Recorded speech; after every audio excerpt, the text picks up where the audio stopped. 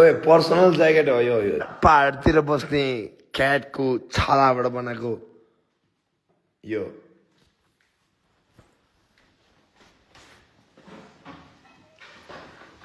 म जस्तो धनी कोही पनि छैन म्याथ सिक्ने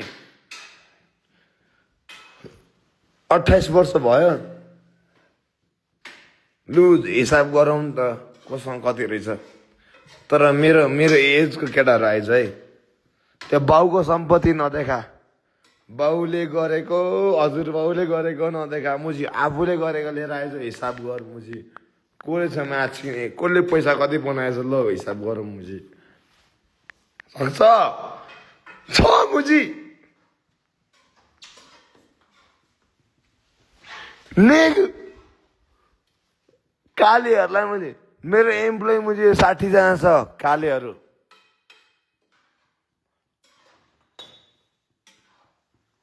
बोस बोस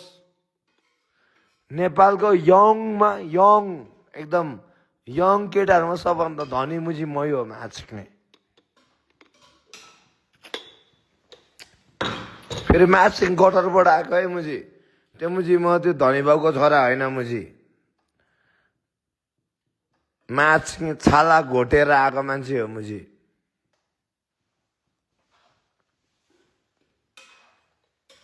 काम गर है काम गर पैसा कमा केटाहरू मुजी दुःख पाउलास आफ्नो लागि मेहनत गर आफ्नो लागि मेहनत गर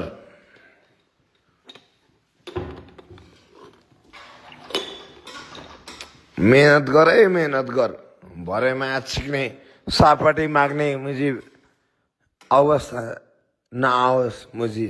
लाइफमा तिमीहरूको मेरो त हुँदैन मेरो भइसक्यो मैले गरि पनि सकेँ तिमीहरूकोमा नहोस् त्यस्तो ल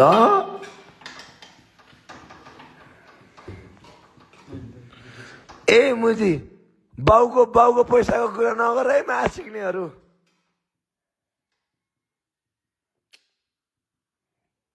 तास खेलिदिउँ आज ल म्याथ सिक्ने तास खेलिदिउँ न जुधाउने पैसा जुधाउने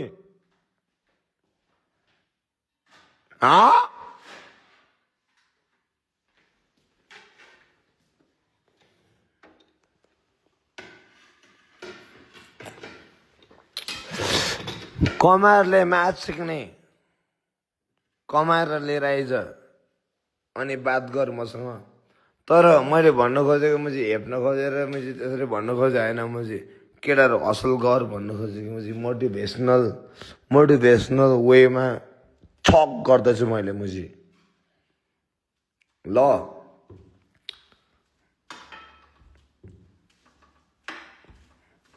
ए म्याथ सिक्ने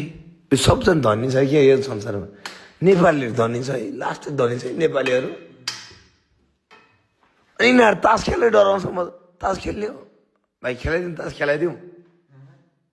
तास खेल्ने तास खेल यिनीहरूसँग